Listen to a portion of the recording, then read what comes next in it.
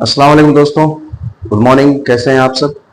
Last topic पर हमने nucleic acid के बारे में डिस्कस किया था और न्यूक्लिक एसिड के बारे में हमने पढ़ा था कि न्यूक्लिक एसिड जो होते हैं वो न्यूक्लियोटाइड से मिलकर के बने हुए होते हैं और न्यूक्लियोटाइड जब बहुत सारे न्यूक्लियोटाइड आपस में जुड़ जाते हैं तो उन्हें हम पॉलीन्यूक्लियोटाइड कहते हैं। और एक न्यूक्लियोटाइड को बनाने के लिए पेंटोज शुगर, नाइट्रोजन बेस और फॉस्फेट का होना जरूरी है। जब पेंटोज शुगर के साथ नाइट्रोजन बेस जुड़ता है तब हमने उसे न्यूक्लियोसाइड नाम दिया था और जब इस न्यूक्लियोसाइड के साथ जब एक फॉस्फेट जुड़ जाता है तब हम उसे न्यूक्लियोटाइड कहते हैं। क्लियर है बात। हमने बात की थी कि नाइट्रोजन बेस दो तरह के होते हैं, एक है पायरिमिडीन, दूसरा है प्यूरीन।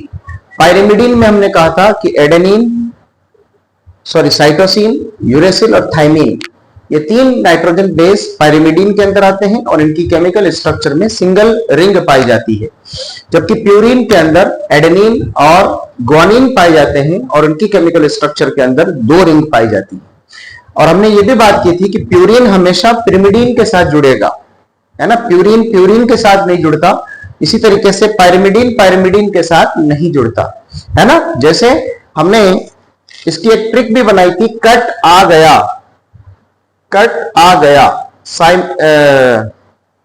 साइटोसिन, यूरेसिल और थाइमीन, एडेनिन और ग्वानिन, ये है पायरिमिडीन और ये है प्यूरीन। हमने कहा था कि पायरिमिडीन हमेशा प्यूरीन के साथ जुड़ेगा और प्यूरीन हमेशा किसके साथ जुड़ेगा, पायरिमिडीन के साथ। ऐसा पॉसिबल नहीं है कि पायरिमिडीन के साथ ही जुड़ जाए, यानी साइटोसिन यूरेसिल के साथ जुड़ जाए और यूरेसिल थाइमीन के साथ जुड़ जाए, ऐसा पॉसिबल नहीं है। इसी तरह से एडेनिन ग्वानिन के साथ जुड़े, ऐसा पॉसिबल नहीं है ना। एडेनिन या तो इन तीनों में से किसी के साथ जुड़ेगा या ग्वानिन इन तीनों में से किसी के साथ जुड़ेगा। क्लियर है बात। आइए आज हम स्टार्ट करते हैं न्यूक्लिक एसिड के जो टाइप्स हमने पढ़े थे, जिसमें एक था डीएनए और दूसरा था आरएनए। उसमें हम पहला डीएनए हम सबसे पहले आज की हमारे लेक्चर के अंदर, आज की क्लास के अंदर हम डिस्कस करेंगे। बहुत इंपॉर्टेंट टॉपिक और बहुत काम आने वाला ये टॉपिक है, इसलिए अच्छे से समझिएगा। DNA, deoxyribo nucleic acid. Ribose यहां पर मैंने लिखा है, ये भी कोई गलत नहीं है ना, बल्कि शॉर्ट के अंदर यहां पर राइबो लिखा रहता है, ribo, deoxyribo nucleic acid. Clear. हम इसकी एक एक बात को समझेंगे। न्यूक्लिक एसिड क्यों कहते हैं, है ना। न्यूक्लिक एसिड इसलिए कहते हैं क्योंकि ये न्यूक्लियोटाइड से मिलकर के बना हुआ होता है। हमने लास्ट टाइम पर भी बात की थी कि न्यूक्लिक एसिड न्यूक्लियोटाइड से बने होते हैं या न्यूक्लियोटाइड के पॉलीमर होते हैं। तो चूंकि ये न्यूक्लियोटाइड से मिलकर बना है इसलिए इसको न्यूक्लिक एसिड कहते हैं। क्लियर। और राइबो वर्ड यहां पर ये शो कर रहा है कि इसके अंदर राइबो शर्करा होगी। कौन सी शर्करा होगी, डीऑक्सीराइबो शर्करा। सॉरी, यहाँ पर जो डीऑक्सीराइबो लिखा है ये शो कर रहा है कि इसके अंदर डीऑक्सीराइबोज शर्करा होगी, यानी इसके अंदर एक ऑक्सीजन क्या होगा, कम होगा। क्लियर है बात। पेंटोज शर्करा है, इसलिए हम इसे डीऑक्सीराइबो न्यूक्लिक एसिड के नाम से जानते हैं। आइए सबसे पहले इसके हम इंपॉर्टेंट टॉपिक्स, इंपॉर्टेंट पॉइंट्स के बारे में पढ़ते हैं। लास्ट टाइम पर भी हमने बात की थी कि न्यूक्लिक एसिड को सबसे पहले फ्रेडरिक मिशर नाम के साइंटिस्ट ने डिस्कवर किया था। तो न्यूक्लिक एसिड सबसे पहले जब उसने डिस्कवर किया तो डीएनए की भी डिस्कवरी सबसे पहले फ्रेडरिक मिशर ने ही की थी। क्लियर है बात। दूसरा पॉइंट, डीएनए जो नाम है, स्पेसिफिक नाम, वो नाम दिया था ज़ेचेरिस नाम के एक साइंटिस्ट थे, उन्होंने इसे डीएनए नाम दिया। क्लियर। तीसरा पॉइंट देखें, डीएनए के अंदर जो शुगर होती है वो पेंटोज शुगर होती है, जिसमें 5 कार्बन होते हैं, हम पहले ही बात कर चुके हैं, और उसका नाम क्या है, डीऑक्सीराइबोज। क्या नाम है उसका, डीऑक्सीराइबोज। कल हमने उसकी स्ट्रक्चर भी देखी थी, उसमें एक ऑक्सीजन की क्या है, कमी है। नेक्स्ट, और नाइट्रोजन बेस जो है, कल हमने 5 नाइट्रोजन बेस पढ़े थे और आज भी क्लास के स्टडिंग में हमने इनको रिवाइज किया, 1, 2, 3, 4 और 5। ये 5 नाइट्रोजन बेस में से 4 नाइट्रोजन बेस पाए जाएंगे डीएनए के अंदर। कौन कौन से होंगे, साइटोसिन, थाइमीन, एडेनिन और ग्वानिन। यूरेसिल डीएनए के अंदर नहीं पाया जाता, यह पाया जाता है आरएनए के अंदर। तो यहां पर लिखा है कि nitrogen base adenine, guanine, cytosine और थाइमीन पाए जाते हैं किसके अंदर, डीएनए के अंदर। ये सारी बातें आपको याद रखनी है। नेक्स्ट, चौथा पॉइंट, डीएनए का जो डबल हेलिक्स मॉडल होता है, डबल हेलिक्स मॉडल का मतलब द्विकुंडलित जो इसकी स्ट्रक्चर है, जैसे यहां पर हमने बना रखी है, जैसे सीढ़ी नुमा स्ट्रक्चर जो होती है, वो मॉडल प्रस्तुत किया था वॉटसन और क्रिक नामक दो साइंटिस्ट। बहुत इंपॉर्टेंट टॉपिक, बहुत इंपॉर्टेंट पॉइंट है ये। वॉटसन और क्रिक ने डीएनए की डबल हेलिक्स स्ट्रक्चर को दुनिया के सामने पेश किया और इसी के बेस पर इनको नोबेल प्राइज भी दिया गया। नेक्स्ट, पांचवा point, DNA composed of 2 polynucleotide chain. DNA 2 polynucleotide chain से मिलकर के बनी हुई स्ट्रक्चर होती है ना। इसको हम थोड़ी देर के बाद में जब हम इन स्ट्रक्चर को समझेंगे तब आपको ये बात समझ में आएगी। फिलहाल आप याद ये रखिए कि यहां पर देखें, ये एक स्ट्रैंड है, ये एक चेन है, क्लियर, और दूसरी चेन ये है। ये 2 चेन हैं जो पॉलीन्यूक्लियोटाइड से मिलकर बनी हुई हैं। यहां पर देखें, यहां पर लिखा है पी बोले तो फॉस्फेट, एस बोले तो शुगर, यानी कौन सी शुगर, पेंटोज शुगर, और उसके साथ जुड़ा हुआ नाइट्रोजन बेस। हमने कहा था इन तीनों को ही हम मिलाकर के क्या बोलते हैं, न्यूक्लियोटाइड बोलते हैं, क्लियर। तो एक न्यूक्लियोटाइड, दूसरा न्यूक्लियोटाइड, तीसरा न्यूक्लियोटाइड, चौथा न्यूक्लियोटाइड, इस तरह से बहुत सारे न्यूक्लियोटाइड की यहां पर एक चेन पाई जाती है और ये चेन संख्या में कितनी है, 2 है, क्लियर। इसलिए हम कहते हैं कि डीएनए 2 पॉलीन्यूक्लियोटाइड चेन से मिलकर के बना होता है, क्लियर है बात। Next, both chain are opposite and anti parallel, यानी ये दोनों चेन जो हैं ये एक दूसरे की अपोजिट और एंटी पैरेलल है। पैरेलल कहते हैं समानांतर को। जैसे फॉर एग्जांपल ये 2 चेन हैं, लड़ियां हैं, ये अभी एक दूसरे के समानांतर हैं, पैरेलल है। देखें इसका भी जो ढक्कन है वो ऊपर की तरफ है और इसका भी ढक्कन जो है वो ऊपर की तरफ है, तो हम कहेंगे ये दोनों एक दूसरे की पैरेलल है, समानांतर है। लेकिन अगर मैं इस चेन के, इस लड़ी के अगर इस ढक्कन को नीचे कर दूं तो हम कहेंगे कि ये पैरेलल तो है एक दूसरे के, समानांतर तो अभी भी है, मगर एंटी पैरेलल है, यानी उल्टी है। एक सीधी है तो दूसरी क्या है, उल्टी है। यही बात यहां पर है। यहां पर ये 2 चेन जो है ये एक दूसरे के समानांतर तो है मगर उल्टी है। ये कैसे है वो अभी आपको यहां पर स्ट्रक्चर के अंदर बात समझ में आ जाएगी। Next, direction of both chain are 3' to 5' and 5' to 3'। ये बात क्या है, ये भी स्ट्रक्चर के अंदर हम समझेंगे इन दोनों पॉइंटों को। आगे बढ़े। Both nucleotide chain are connected with hydrogen bond, यानी ये दोनों जो है चेन जो है ये एक दूसरे के साथ हाइड्रोजन बॉन्ड के साथ जुड़ी हुई रहती है ना। जैसे हमने कहा था ना भाई कि एडेनिन जो जुड़ेगा वो थाइमिन के साथ जुड़ेगा, साइटोसिन जो जुड़ेगा वो ग्वानिन के साथ जुड़ेगा, है ना। और एडेनिन और थाइमिन के बीच में 2 बॉन्ड, क्लियर, और ग्वानिन और साइटोसिन के बीच में 3 बॉन्ड पाए जाएंगे, है ना। यहां पर देखें हमने कहा था कि एक पायरिमिडीन दूसरे प्यूरिन के साथ जुड़ेगा, तो यहां पर देखें एडेनिन जो है वो प्यूरिन है, थाइमिन जो है वो पायरिमिडीन है, क्लियर है बात। और इन दोनों के बीच में जो बॉन्डिंग हो रही है वो हाइड्रोजन बॉन्ड है। यहां पर देखें साइटोसिन जो है वो पायरिमिडीन है और ग्वानिन जो है वो प्यूरिन है, और इन दोनों के बीच में 3 हाइड्रोजन बॉन्ड है। और ये तीनों हाइड्रोजन बॉन्ड और 2 हाइड्रोजन बॉन्ड एडेनिन और थाइमिन के बीच में यही पॉलीन्यूक्लियोटाइड चेन को आपस में जोड़ने का काम करते हैं। Next, 9th, hydrogen bond are present between nitrogen base. अब यही हमने बात की कि हाइड्रोजन बॉन्ड जो है वो नाइट्रोजन बेस के बीच में पाए जाते हैं। जैसे यहां पर देखें एडेनिन और थाइमिन के बीच में 2 हाइड्रोजन बॉन्ड और ग्वानिन और साइटोसिन के बीच में 3 हाइड्रोजन बॉन्ड पाए जाते हैं। नेक्स्ट, लास्ट, इन डीएनए के अंदर purine always binds with pyrimidine. ये बात हम कर चुके हैं कि प्यूरिन हमेशा किसके साथ जुड़ेगा, पायरिमिडीन के साथ। प्यूरिन के साथ नहीं जुड़ सकता, पायरिमिडीन के साथ नहीं जुड़ सकता, है ना। एक प्यूरिन का नाइट्रोजन बेस आएगा तो दूसरा नाइट्रोजन बेस कौन सा आएगा, पायरिमिडीन का आएगा। ऑलराइट, तो ये थी डीएनए के बारे में कुछ इंपॉर्टेंट बातें जो हमें अच्छी तरीके से याद रखनी है। आइए अब हम इसकी स्ट्रक्चर को समझते हैं कि डीएनए की स्ट्रक्चर कैसी होती है, कौन सी पॉलीन्यूक्लियोटाइड चेन होती है, वो कैसे बनती है। एक एक चीज को हम समझने की कोशिश करेंगे। थोड़ा सा कॉम्प्लिकेटेड आपको नजर आ रहा होगा मगर ऐसा नहीं है, बहुत इजी है। देखिए सबसे पहले इसको समझिए आप, इस चीज को, है ना। और इस चीज में सबसे पहले हम इतनी सी चीज को ले रहे हैं, ये वाली चीज, ये जो मैंने ग्रीन कलर के अंदर बंद कर दिया है डब्बे के अंदर, ये आपको क्या नजर आ रहा है, हमें ये पेंटोज शुगर नजर आ रही है। क्या नजर आ रही है, पेंटोज शुगर। इसमें 5 कार्बन है। देखें अगर हम नंबरिंग करेंगे तो 1 number carbon, 2 number carbon, 3 number carbon, 4 number carbon और 5 नंबर कार्बन। ऑलराइट, अब इस पेंटोज शुगर के अंदर देखें एक ऑक्सीजन की कमी है यहां पर, इसलिए हम इसको डीऑक्सीराइबोज शर्करा कहेंगे, डीऑक्सीराइबोज शुगर कहेंगे। क्लियर। इसके पहले नंबर कार्बन पर हमेशा नाइट्रोजन बेस आकर के जुड़ेगा। कौन आके जुड़ेगा? हमेशा पहले नंबर कार्बन पर कौन जुड़ेगा? Nitrogen base. क्लियर? और नाइट्रोजन बेस के पहले नंबर कार्बन पर जुड़ते ही हम इन दोनों की मिली हुई स्ट्रक्चर को हम न्यूक्लियोसाइड कहेंगे। याद आ रहा है आपको? न्यूक्लियोसाइड। अब इस न्यूक्लियोसाइड पर देखें, यहां पर फॉस्फेट जुड़ गया इसके 5वें नंबर कार्बन पर। कौन से कार्बन पर? 5वें नंबर कार्बन पर फॉस्फेट जैसे ही आकर के जुड़ेगा हम कहेंगे ये न्यूक्लियोटाइड है, ये एक न्यूक्लियोटाइड है। बात समझ में आ गई आपको? है ना? कल हमने कुछ बातें और की थी कि अभी आप इसको भूल जाइए और सिर्फ इतनी स्ट्रक्चर को ध्यान में रखिए। तो हमने इसे एडेनोसिन भी नाम दिया था। अगर फॉर एग्जांपल यहां पर नाइट्रोजन बेस एडेनिन जुड़ा हुआ है, क्या जुड़ा हुआ है? एडेनिन। तो हमने कहा था कि पेंटोज शुगर और एडेनिन इन दोनों के मिक्सचर को हम एडेनोसिन भी कहते हैं। एडेनोसिन। बात समझ में आ रही है? एक नाम हमने और दिया था कि हम इसको डीऑक्सीराइबोज एडेनोसिन भी कह सकते हैं, क्योंकि ये शर्करा है डीऑक्सीराइबोज और ये एडेनोसिन इस कॉम्प्लेक्स को कह रहे हैं, तो डीऑक्सीराइबोज एडेनोसिन।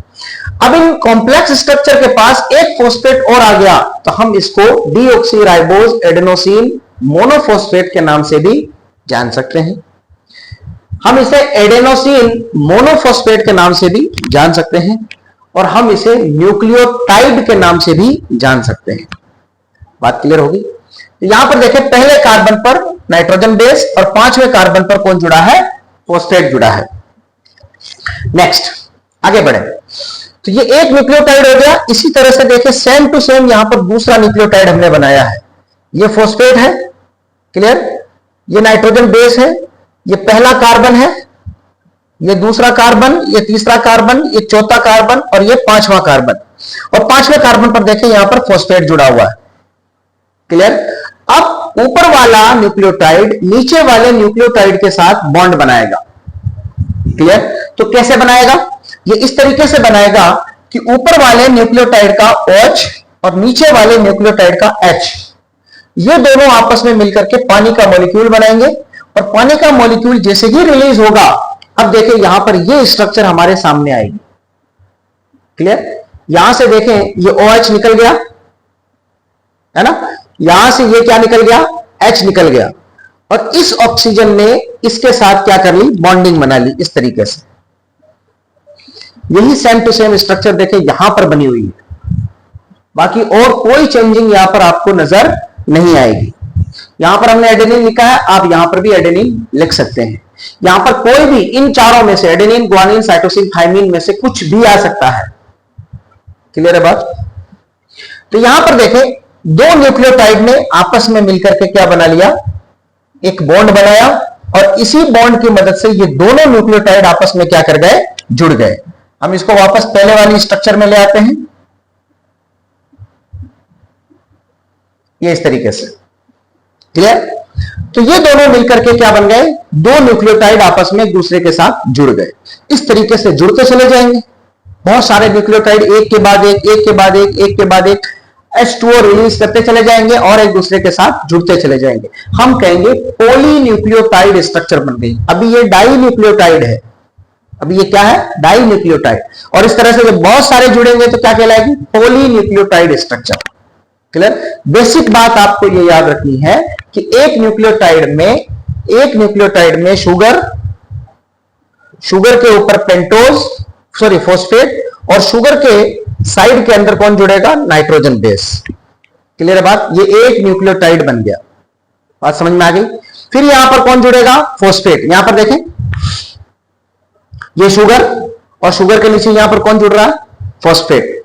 ये शुगर के ऊपर कौन जुड़ रहा है? फॉस्फेट। यानी शुगर के ऊपर और नीचे फॉस्फेट होंगे और साइड के अंदर कौन होगा? एडेनिन होगा। वही हम यहां पर कर रहे हैं, शुगर के ऊपर और नीचे फॉस्फेट, फिर कौन आ गई? शुगर, और साइड के अंदर कौन आ गया? Nitrogen base. फिर शुगर के साथ कौन जुड़ गया? फॉस्फेट। फॉस्फेट के साथ कौन जुड़ गया? शुगर। क्लियर? और साइड में कौन आ गया? Nitrogen base. इस तरह से ये सिलसिला चलता चला जाएगा और न्यूक्लियोटाइड की एक चेन बनती चली जाएगी। क्लियर बात समझ में आ रही है? इसी तरह की चेन साइड में एक और बनेगी, है ना, यहां पर बिल्कुल इसके अपोजिट साइड में। लेकिन वो इसका क्या होगी, अपोजिट होगी। फिलहाल हमें इसको समझना है, आइए समझते हैं। इसकी थोड़ी और डिटेल हमने यहां पर बनाई है। देखिए यहां पर नीचे की तरफ ये आपको क्या नजर आ रहा है, पेंटोज शुगर। कौन सी होगी, ये वाली डीऑक्सीराइबोज। क्लियर। इसके साथ कौन जुड़ा हुआ है, फॉस्फेट। और फॉस्फेट इस शर्करा के कौन से कार्बन के साथ जुड़ा हुआ है, जरा आप बताएंगे, 5वें कार्बन के साथ, है ना। तो यहां पर देखें फॉस्फेट इस शर्करा के 5वें कार्बन से जुड़ता है। और यहां से चूंकि शुरुआत हो रही है, ये पहला न्यूक्लियोटाइड है, पहला, तो यहां से अगर शुरुआत हो रही है तो हम कहेंगे कि इस न्यूक्लियोटाइड चेन की शुरुआत फॉस्फेट से हो रही है और फॉस्फेट इसके 5वें नंबर के कार्बन से साथ जुड़ा हुआ है। इसलिए न्यूक्लियोटाइड की इस चेन को हम 5' कहेंगे। यहां पर देखिए हमने लिखा है 5'। क्लियर। यहां पर भी आप लिख सकते हैं कि ये जो फॉस्फेट है वो इसके 5वें नंबर के कार्बन से जुड़ा हुआ है, इसलिए इस न्यूक्लियोटाइड चेन की शुरुआत जो हो रही है वो 5' से हो रही है। क्लियर। और ये चलते चलते चलते चलते एक लंबी सी चेन बनेगी। तो उसका जो आखिरी न्यूक्लियोटाइड होगा, सपोज कीजिए कि वो इस शक्ल के अंदर नहीं आएगा, जो भी आखिरी आएगा, फॉर एग्जाम्पल इसको ही आप लास्ट समझ लीजिए। तो अगर ये लास्ट है, अगर ये लास्ट है ना, ये लास्ट है, तो यहां पर देखें ये जो शुगर है, इस शुगर के ऊपर फॉस्फेट है, लेकिन नीचे हमने अभी फॉस्फेट नहीं जोड़ा है। तो नीचे जब हम फॉस्फेट जोड़ेंगे तो जाहिर सी बात है ये OH हटेगा और यहां पर क्या जुड़ जाएगा, फॉस्फेट जुड़ जाएगा, है ना। OH क्यों हटेगा, यहां से समझिए आप, यहां हमने OH हटाया था, है ना, ताकि क्या बन जाए, पानी बन जाए। तो जो फॉस्फेट जुड़ेगा वो देखें इस पेंटोज शर्करा के 3रे कार्बन के साथ जुड़ रहा है। तो हम कहेंगे कि इस न्यूक्लियोटाइड चेन की शुरुआत 5' से हो रही है और इसका जो एंड है वो 3' पर हो रहा है। तो इस न्यूक्लियोटाइड चेन की जो डायरेक्शन बनी वो 5' to 3' बनी। ये बात आपको समझ में आ गई। चलें आगे बढ़े। नेक्स्ट, अब यहां पर देखें ये पेंटोज शुगर, इसके 5वें कार्बन पर ये जुड़ा हुआ, हमने कहा ये 5' है। ये पेंटोज शुगर और इसके नीचे ये फॉस्फेट जुड़ा हुआ, फिर पेंटोज शुगर, फिर फॉस्फेट जुड़ा हुआ, और ये फॉस्फेट इसके 3रे कार्बन पर जुड़ा है, इसलिए हम इसे 3' कहेंगे। क्लियर। अब यहां पर देखें इसका पहला कार्बन और उसके साथ ये देखें एक सिंगल रिंग जुड़ी हुई है। यहां पर हमने कुछ नहीं लिखा ये क्या है, लेकिन ये बात आपको पता होनी चाहिए कि पायरिमिडीन और प्यूरिन के अंदर, पायरिमिडीन के अंदर जितने नाइट्रोजन बेस हैं उनकी स्ट्रक्चर सिंगल रिंग बेस्ड होती है। तो ये है ना, पायरिमिडीन नाइट्रोजन बेस में से कोई एक नाइट्रोजन बेस हो सकता है, चाहे वो एडेनिन हो, चाहे वो गुआनिन हो, चाहे वो साइटोसिन हो, चाहे फिर वो थाइमिन हो। क्लियर है बात समझ में आ गई, है ना। चले, तो पायरिमिडीन यानी साइटोसिन, यूरेसिल और थाइमिन, इन तीनों में से कोई एक हो सकता है। अब यूरेसिल तो नहीं होगा क्योंकि हम डीएनए की बात कर रहे हैं, इसलिए यूरेसिल तो नहीं होगा। तो साइटोसिन और थाइमिन में से कोई एक हो सकता है। चलिए आगे बढ़े। इसी तरह से हमने देखे यहां पर भी बनाया है, ये न्यूक्लियोटाइड इस न्यूक्लियोटाइड के साथ जुड़ गया, है ना, और इसके पहले कार्बन पर देखें ये सिंगल रिंग बनी हुई है, यानी ये भी पायरिमिडीन है। क्लियर। अब आ जाएं इसकी दूसरी न्यूक्लियोटाइड पर। यहां पर देखें हमने इस पेंटोज शुगर को उल्टा बनाया है। यहां पर पहले इसकी नंबरिंग करें, 1 2 3 4 और ये 5। ठीक है। अब देखें, है ना, सबसे पहले इसको समझें। हमने इस पेंटोज शर्करा को पकड़ करके उल्टा बना दिया, ऐसे कैसे ही क्या बना दिया, उल्टा। तो उल्टा बनाएंगे तो आपको कुछ इस तरह की स्ट्रक्चर बनेगी भाई साहब। उल्टा जब बनाएंगे तो ये इस तरह की आपको स्ट्रक्चर नजर आएगी,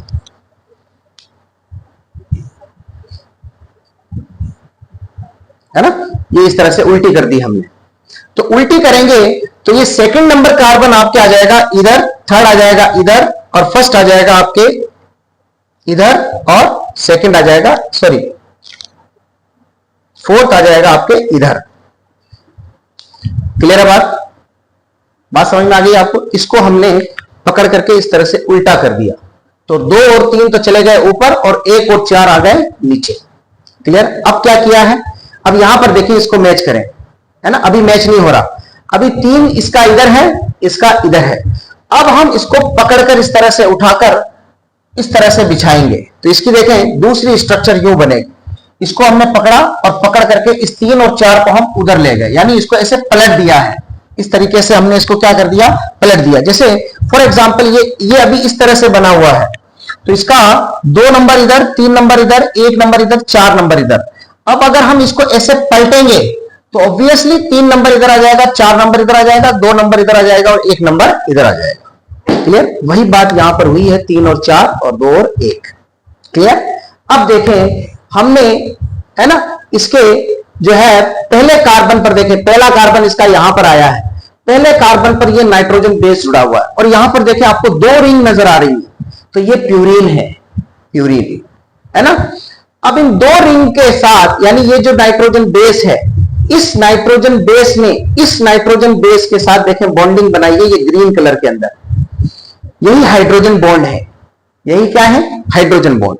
इसी तरीके से ये जो न्यूक्लियोटाइड बना, यानी नाइट्रोजन बेस, पेंटोस शुगर और फॉस्फेट, ये न्यूक्लियोटाइड इस दूसरे न्यूक्लियोटाइड के साथ देखें जुड़ रहा है, ये फॉस्फेट, पेंटोस शुगर और नाइट्रोजन बेस। यहां पर भी 2 रिंग है, इसका मतलब ये भी क्या है? प्यूरीन है। और इस प्यूरीन ने इस नाइट्रोजन बेस ने इस नाइट्रोजन बेस के साथ देखें 3 बॉन्ड बनाए हैं, 1, 2 और 3। इसका मतलब यह हुआ कि यह साइटोसिन और थाइमिन के बीच में, गुआनिन और साइटोसिन के बीच की बात है, क्योंकि इन्हीं के बीच में क्या बनते हैं? 3 बॉन्ड बनते हैं। क्लियर बात? हमने कहा था ना, गुआनिन और साइटोसिन के बीच में क्या बनते हैं? 3 बॉन्ड बनते हैं। और एडेनिन और गुआनिन के बीच में, एडेनिन और थाइमिन के बीच में क्या बनते हैं? 2 बॉन्ड बनते हैं। तो यहां पर देखें, ये वाला नाइट्रोजन बेस इस नाइट्रोजन बेस के साथ 3 बॉन्ड बना रहा है ना।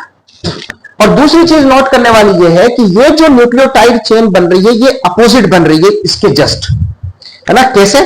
हमने कहा था कि वहां पर देखें फॉस्फेट कौन से कार्बन पर जुड़ रहा है? 5वें नंबर के कार्बन पर। यहां पर देखें फॉस्फेट कौन से कार्बन पर जुड़ रहा है? 3रे नंबर के कार्बन पर। क्लियर? अगर इसको हम लास्ट न्यूक्लियोटाइड माने इस चेन का, तो वहां पर हमने बात की थी कि फॉस्फेट जो है वो 3रे कार्बन के साथ जुड़ता है, सबसे लास्ट वाला। और यहां का सबसे लास्ट वाला देखें 5वें कार्बन के साथ जुड़ रहा है, तो इसकी डायरेक्शन बनेगी 3' to 5'। क्लियर है बात? तो इस तरीके से न्यूक्लियोटाइड चेन की जो डायरेक्शन होती है वो एक दूसरे के क्या होती है? अपोजिट होती है। एक 3' to 5' है तो दूसरी 5' to 3' होती है। क्लियर है बात? इसीलिए हम इनको एंटी पैरेलल कहते हैं, प्रति समानांतर कहते हैं। क्लियर है बात? आइए अब इसी चीज को हम इसके अंदर समझ लेते हैं। एक चीज और समझिएगा, दोनों न्यूक्लियोटाइड आपस में फॉस्फोडाइएस्टर बॉन्ड के साथ जुड़े रहते हैं। यह एक टर्मिनोलॉजी है, आपको समझनी है। दोनों न्यूक्लियोटाइड आपस में एक दूसरे के साथ फॉस्फोडाइएस्टर बॉन्ड के साथ जुड़े रहते हैं। फॉस्फोडाइएस्टर बॉन्ड क्या होते हैं? आपने केमिस्ट्री के अंदर एस्टर नाम सुना होगा। एस्टर, एस्टर होता है ये COO और इसके आगे पीछे जुड़े रहते हैं R। R बोले तो कोई दूसरे मॉलिक्यूल है जो इसके साथ जुड़े हुए हैं। तो इस स्ट्रक्चर को कहते हैं एस्टर। अगर हम यहां पर C को हटा करके P जोड़ दें, यानी POO, है ना, तो वही यहां पर हुआ है। देखें तो इसका नाम हो जाएगा फॉस्फोएस्टर, है ना। और डाइएस्टर क्यों कह रहे हैं? क्योंकि यहां पर इस तरह के 2 बॉन्ड बन रहे हैं। यहां पर देखिए, ये ऊपर का न्यूक्लियोटाइड, ये नीचे का न्यूक्लियोटाइड। क्लियर? अब यहां पर देखें, जो मैंने ग्रीन कलर के अंदर ड्रॉ किया है, ये POO, ये POO, ये है इसका एक एस्टर। और जो रेड कलर के अंदर देखें POO बन रहा है, ये इसका है दूसरा एस्टर। तो यहां पर चूंकि 2 एस्टर बन रहे हैं, इसलिए हम इसे डाई एस्टर कहते हैं। और डाई एस्टर किसके बीच में बन रहे हैं? फॉस्फोरस के बीच में, इसलिए हम इसे फॉस्फोडाइएस्टर बॉन्ड के नाम से जानते हैं, जो 2 न्यूक्लियोटाइड के बीच में बनता है और इन दोनों को आपस में जोड़ने का काम करता है। आइए लास्ट, ये डीएनए की डबल हेलिक्स स्ट्रक्चर का, यानी सीडी नुमा स्ट्रक्चर का एक नमूना मैंने आपके सामने पेश किया। ये इसकी एक स्ट्रैंड है, तो ये इसकी दूसरी स्ट्रैंड है। ये दोनों स्ट्रैंड एक दूसरे के साथ कुंडलित स्ट्रक्चर में, है ना, यानी कोइल्ड स्ट्रक्चर में एक दूसरे के साथ लगी रहती है और एक दूसरे के ऊपर लिपटी रहती है। अब यहां पर देखें, हमने अभी कहा था कि ये दोनों चेन जो है, ये दोनों जो है ना स्ट्रैंड है, छड़ियां हैं, लड़ियां हैं, ये न्यूक्लियोटाइड से मिलकर बनी होती है। और न्यूक्लियोटाइड को बनाने के लिए phosphate, sugar, nitrogen base, phosphate, sugar, nitrogen base, phosphate, sugar, nitrogen base, phosphate, sugar और नाइट्रोजन बेस, फॉस्फेट, शुगर और नाइट्रोजन बेस। क्लियर? ये इस तरीके से चलते चले जाएंगे और इसकी स्ट्रेंथ बनती चली जाएगी। इसी तरीके से यहां पर भी देखें, phosphate sugar nitrogen base, phosphate sugar nitrogen base, phosphate sugar nitrogen base, phosphate sugar nitrogen base, ये चलते चले जाएंगे और इसकी स्ट्रेंथ्स बनती चली जाएंगी। नेक्स्ट, डीएनए की इस स्ट्रक्चर के अंदर देखें, आपको ये घुमाव नजर आ रहे हैं, पहला घुमाव, दूसरा घुमाव, फिर यहां पर तीसरा घुमाव, ये इस तरह से बहुत सारे क्या नजर आते हैं आपको, घुमाव। एक घुमाव के अंदर, एक मोड़ के अंदर, एक राउंड के अंदर 10 नाइट्रोजन बेस होते हैं। कितने नाइट्रोजन बेस होते हैं? 10। और एक नाइट्रोजन बेस से दूसरे नाइट्रोजन बेस की दूरी 3.4 एंगस्ट्रॉन होती है, 3.4 एंगस्ट्रॉन।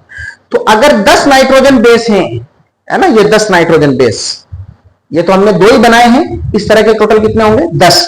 और हर एक के बीच की दूरी अगर 3.4 एंगस्ट्रॉन है, तो इसको अगर 10 से हम मल्टीप्लाई करेंगे तो 34 एंगस्ट्रॉन इसके एक राउंड की लंबाई आएगी। क्लियर है बात? हमने कहा कि डीएनए एक सीडी नुमा स्ट्रक्चर होती है। सीडियां कैसे होती हैं? सीडी ऐसे ही होती है, आपने देखी होगी सीडी, ये इस तरह से, है ना। तो इसकी ये दोनों जो स्ट्रैंड है, ये तो बनी हुई है फॉस्फेट और शुगर से, phosphate sugar, phosphate sugar, phosphate sugar, जहां जहां ग्रीन लिखा है वो सारा का सारा इसकी स्ट्रैंड है। कौन बना रहा है? फॉस्फेट और शुगर।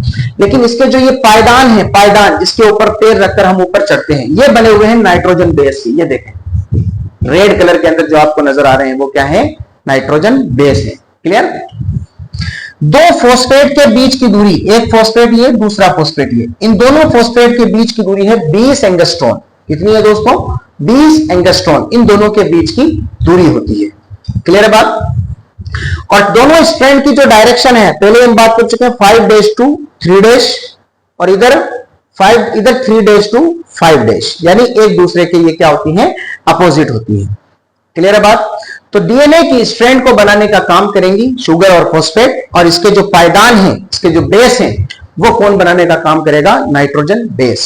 क्लियर है? तो डीएनए का ये इंपॉर्टेंट टॉपिक हमने कुछ समझने की कोशिश की, और आप सब जानते हैं कि डीएनए हमारे शरीर के अंदर, हमारी सेल्स के अंदर पाया जाने वाला एक आनुवंशिक मटेरियल है, जेनेटिक मटेरियल है, जो न्यूक्लियस के अंदर प्रेजेंट होता है ना। और न्यूक्लियस के अंदर प्रेजेंट होकर के ये बॉडी की सारी एक्टिविटीज को क्या कर रहा होता है? कंट्रोल कर रहा होता है। क्लियर? और इंफॉर्मेशन को एक जनरेशन से दूसरी जनरेशन में भेजने का काम करता है। क्लियर? अब डीएनए की लास्ट बात हम करेंगे कि डीएनए की जो स्ट्रक्चर होती है वो बहुत लंबी होती है। हमने कहा ना, ये चेन है, पॉलीन्यूक्लियोटाइड चेन होती है। ये क्या होती है? पॉलीन्यूक्लियोटाइड चेन होती है। ये एक लंबी सी स्ट्रक्चर है ना। और इस लंबी सी स्ट्रक्चर को एक छोटी सी सेल के अंदर और उसके बीच छोटे से न्यूक्लियस के अंदर, जिसे हम आसानी से क्लियरली देख भी नहीं सकते, उसके अंदर इसको बड़ी आसानी के साथ फिट कर दिया गया है ना। कैसे फिट किया गया? उसके लिए क्या किया जाता है कि इस डीएनए को हिस्टोन प्रोटीन के साथ लपेट दिया जाता है। हिस्टोन प्रोटीन नाम आपने सुना होगा, हिस्टोन। हिस्टोन अगर एक प्रोटीन है तो ऑब्वियसली ये एमिनो एसिड से मिलकर के बनी होगी। इससे मिलकर बनी होगी एमिनो एसिड। क्लियर? और एमिनो एसिड जो होते हैं वो बेसिक नेचर के होते हैं, क्षारीय नेचर के होते हैं। और न्यूक्लिक एसिड जो होता है वो कौन सा होता है? एसिडिक नेचर का होता है। न्यूक्लिक एसिड या डीएनए पर ऋणात्मक आवेश होता है, नेगेटिव चार्ज होता है, और प्रोटीन जो होती है उसके ऊपर कौन सा चार्ज होता है? पॉजिटिव चार्ज होता है। तो नेगेटिव पॉजिटिव एक दूसरे को अट्रैक्ट करते रहते हैं और एक दूसरे के ऊपर लिपटते रहते हैं। हिस्टोन प्रोटीन के 5 प्रकार हैं, H2A, H2B, H2, H3A, H3A और H4। इस तरीके से 5 प्रकार हैं, और ये पांचों प्रकार एक दूसरे के साथ मिलकर के, है ना, उनमें से 4 जो प्रोटीन है हिस्टोन की, उनमें से 4 प्रोटीन एक दूसरे के साथ मिलकर के अष्टक बनाती है ना, अष्टक।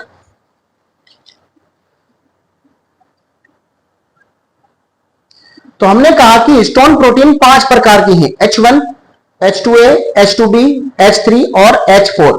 इनमें से जो ये 4 प्रोटीन है, 4 है ना, ये 4 प्रोटीन जो है वो एक अष्टक बनाती हैं। अष्टक, अष्टक बोले तो अभी देखें, ये जैसे 4 प्रोटीन है।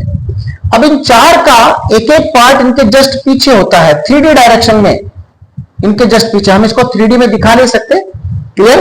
इनके जस्ट पीछे आप इमेजिन कीजिए कि एक प्रोटीन और है, इसके पीछे भी एक, इसके पीछे भी एक और इसके पीछे भी एक, है ना? और इनके अगर हम नाम लिखें तो H1, H2A, H2B और H3। अब इन्हीं चारों प्रोटीन का जो अष्टक बना उसके साथ कौन लिपटा रहता है? डीएनए लिपटा रहता है इस तरीके से। ये डीएनए की छड़ें जो है वो इसके साथ लिपटी रहती है। क्लियर है बात? और क्लियर है बात? ये आगे की तरफ चला जाता है। तो इस तरह की एक स्ट्रक्चर यहां बनी, दूसरी स्ट्रक्चर यहां बनी, तीसरी स्ट्रक्चर यहां बनी, इस तरह से एक के बाद एक जो है वो बनती चली जाती है। तो इस तरह से पैकेजिंग हो जाती है डीएनए की सेल के अंदर, और सेल के अंदर डीएनए आसानी के साथ फिट हो जाता है। तो ये था हमारा आज का टॉपिक, डीएनए के बारे में पढ़ा। इसके बाद में हम पढ़ेंगे आरएनए के बारे में। Thank you very much.